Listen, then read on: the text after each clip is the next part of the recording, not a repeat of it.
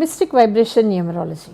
మనం ఎక్కడికైనా వెళ్ళినప్పుడు, అంటే ఫర్ ఎగ్జాంపుల్ ఒక టెంపుల్కి వెళ్ళామనుకోండి, ఓ పాజిటివ్ ఎనర్జీ కనపడుతుంది. నాలాంటి సూక్ష్మగ్రాహ్యులకి ఏం కనపడుతుందంటే, వాళ్ళు కొబ్బరి చెక్కలన్నీ కొట్టి ఆ మూల వేశారు, అవి అక్కడ కుళ్ళిపోతున్నాయి, వాటిల్లోంచి రకరకాల జీవులు బయటికి వస్తున్నాయి. తిరిగి మళ్ళీ అక్కడే వెళ్ళి మనం కొబ్బరికాయ కొట్టాలా, ఆ కొబ్బరికాయ దేవుడిని చేరుతుందా లేదా, నాలాంటి వాళ్ళు ఆలోచించేది. అఫ్కోర్స్ నా ఆలోచన మంచిదో కాదో నాకు తెలియదు. అంటే నేను ఎంతో అనుకుని, ఎంతో పాజిటివిటీని తీసుకోవాలి అనుకుని నేను ఒక టెంపుల్కి వెళ్తే, ఫస్ట్ టెంపుల్ పరిసరాలే బాగాలేవండి. ఇకపోతే లోపలికి వెళ్ళిన తర్వాత అక్కడ ఆ దేవుడికి కైంకర్యం చేసేటటువంటి వ్యక్తి మనసా వాచా కర్మణ చెయ్యకపోతే ఎక్కడిది అక్కడే ఉంటుందండి. అలంకరణకి ప్రాధాన్యత ఇచ్చే మనము అలంకరణ ఏ పద్ధతిలో చేయాలి అనే పద్ధతిలో కనుక చేయకపోతే ఎక్కడివి అక్కడే ఉంటాయి. వెనకటికి పెద్దవాళ్ళు కాళ్ళు కడుక్కుని లోపలికి రమ్మన్నారు. అంటే ఏమిటండి, మనం బయట నుంచి తెచ్చిన ఆ నెగిటివ్ ఎనర్జీ మన గుమ్మంలోకి రాకూడదు అని. నేను కాళ్ళు కడుక్కుని ఇంట్లోకి వెళ్ళిన తర్వాత వచ్చే వ్యక్తి ఆ నీళ్ళని తొక్కుతాడు కదా, ఆ నీళ్ళని తొక్కినప్పుడు ఆ నెగిటివ్ ఎనర్జీ ఏదో అతనికి ఉంటుంది కదా. ఇప్పుడు ఆ వ్యక్తి కూడా కాళ్ళు కడుక్కుని లోపలికి వచ్చినప్పుడు డబల్ నెగిటివ్ ఎనర్జీ మీ గుమ్మంలో ఉంటుంది. అంటే ఎప్పుడు అటాక్ చేద్దామా అని నెగిటివ్ ఎనర్జీ రెడీగా ఉంటుంది. అలాగే ఒకప్పుడు, అంటే నేను ఇక్కడ చెప్పట్లేదండి, యూపీ సైడు, ఢిల్లీ సైడు టెంపుల్స్కి వెళ్ళినప్పుడు సరస్వతీదేవి ఆలయం ఒకటండి, నాకు చాలా బాగా నచ్చిన ఆలయం అది. ముందు చాలా పెద్ద పార్క్ అనమాట. ఎంత పెద్ద పార్క్ అంటే నడవడానికే మనకు ఒక గంట పట్టేంత పచ్చటి గడ్డితో ఉండేది. చాలా పద్ధతి ప్రకారం క్లీన్ చేసి, మల్లె చెట్లు, గులాబీలు, తర్వాత ఇంకేవో ఫ్లవర్స్. ఆ తర్వాత ఆ టెంపుల్కి లోపలికి వెళ్తూ ఉంటే మెట్ల దారికి ఇరుపక్కల మామిడి చెట్లు, వాటికి వేళ్లాడుతూ మామిడికాయలు. అంటే మనం ఒక పువ్వు కోసి దేవుడికి పెట్టాలన్నా అక్కడే దొరుకుతుంది, లేదా ఒక పండు కోసి పెట్టాలన్నా కూడా అక్కడే మీకు అవైలబిలిటీ ఉంటుంది. దేవుడి దగ్గరికి లోపలికి వెళ్ళిన తర్వాత అక్కడ వీలైనంత మటుకు పూజా కార్యక్రమం మన్నే చేసుకోమంటారు. అంటే ఇప్పుడు మన మీద ఎంత బాధ్యత ఉందండి, మనం ఎంత శుభ్రంగా వెళ్ళాలి టెంపుల్కి, అర్థమైంది కదండి. అంత శుభ్రంగా వెళ్ళి మనం చేసుకుంటూ ఉంటాం. అక్కడ ఒక 10 నిమిషాలు కూర్చున్నా మనసు చాలా ప్రశాంతత దొరుకుతుంది. అఫ్కోర్స్ ఇప్పుడు ప్రతిదీ కూడా చాలా కమర్షియల్గా అయిపోయి, ఒక నిమిషం దేవుడికి దగ్గరగా దండం పెట్టుకుందామనే పరిస్థితిలో మనమైతే లేము. కానీ బట్ ఒకప్పుడు మాత్రం ఇవన్నీ కూడా, నేను ఎప్పటి సంగతులన్నీ 1970 సంగతులు చెప్తున్నాను. ఆ సమయంలో కూడా నేను కాశీకి వెళ్ళినప్పుడు తోసుకోవడమే లెక్కండి. మానసాదేవి కొండ ఎక్కుతుంటే జనాన్ని తోసేయడమే లెక్క. అక్కడ కూడా అప్పుడే 1970స్లోనే అక్కడ ఆ పరుగులు ఉరుకుల మీద కనపడింది. కొన్ని మాత్రం టెంపుల్స్ కొంచెం లోపలికి ఉన్న చాలా ప్రశాంతంగా ఉండేవండి. అలాగే టెంపుల్ అనేది మనకి ఎంత శుభ్రంగా ఉండాలి అనే దాని మీద రకరకాల లెక్కలు. అంటే నిర్మాల్యం అని మనం అనేటటువంటిది, అంటే మనం వాడిన పువ్వులే, మనం వాడిన అగరబత్తులే, మనం వాడిన నూనె, ప్రమిదల్లో ఒత్తులు, ఇవన్నీ వెయ్యటానికి ప్రత్యేకించి ఒక ఏర్పాటు ఉండేదండి. ఒకసారి ఆలోచించండి, భగవంతుడికి వెలిగించినటువంటి ఒత్తి మన కాళ్ళ కిందకి వచ్చినప్పుడు మనకి ఎలా ఉంటుంది.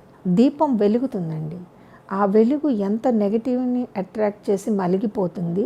అలా మలిగినటువంటి ఆ ఒత్తి కనీసం మనం ఇంట్లో చేసినా అండి, అది సరిగ్గా మనం శుభ్రం చేయకపోతే, దాన్ని తీయకపోతే, అదే ప్రాంగణంలో ఆ ఒత్తే మన కాళ్ళ కిందకి వస్తే మనకేం చుట్టుకుంటుంది చెప్పండి.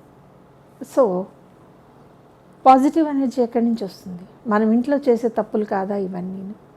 కొన్ని పద్ధతులు పెద్దవాళ్ళు ఎందుకు పెట్టారు అంటే, పూజ చేసినప్పుడు అది సక్రమంగా చేరాల్సిన చోటుకు చేరి మనకి పాజిటివ్ రావడానికి. కానీ ఇప్పటి కాలంలో అవన్నీ ఏమైపోతున్నాయో తెలియదు కాబట్టి అంత పాజిటివ్ ఎనర్జీ అయితే నాకు కనపడలేదు. సో ముందు మన ఇంట్లో నెగిటివ్ అనేది మన కాళ్ళ ద్వారా మనకి అంటుకోకుండా చూడటానికి నేను మీకు 2-3 చెప్తాను, ఫాలో అవ్వండి.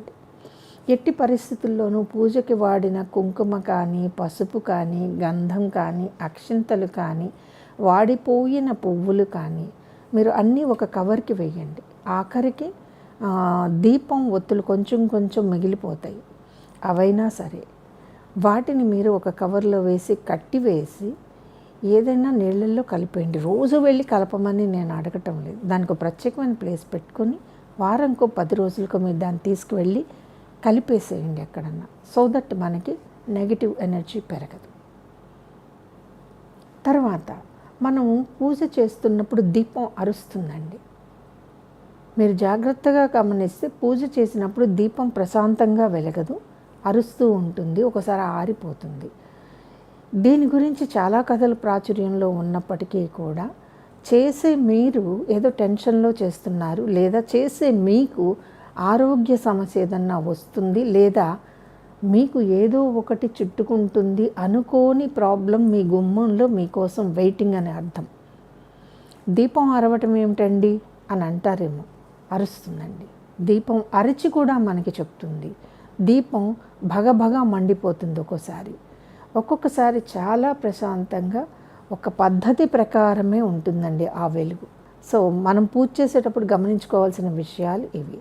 అంటే పూజా కార్యక్రమాలు చేసేటప్పుడు మన ఇంట్లో నెగటివ్ ఎనర్జీ రాకుండా ఉండాలి అంటే మనం ఇది చేసుకుంటే కొద్దిగా బాగుంటాయండి. ఎట్టి పరిస్థితుల్లో పూజకి వాడిన పువ్వులు కానీ పూజకి వాడిన ఏవైనా కానివ్వండి, మీ కాళ్ళతోటి మీరు తొక్కటం.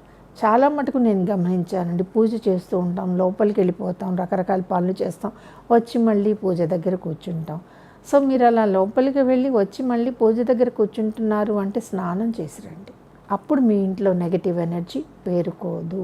మనం చేసే పనుల్లో పొరపాటే మన నెగటివ్ ఎనర్జీ ఆల్వేస్ మన చుట్టూ తిరుగుతూనే ఉంటుందండి. ఎప్పుడు అవకాశం వస్తే అప్పుడు లోపలికి వచ్చే టైంకి పాజిటివ్ ఎనర్జీ ఈజీగా బయటికి వెళ్ళిపోతుంది.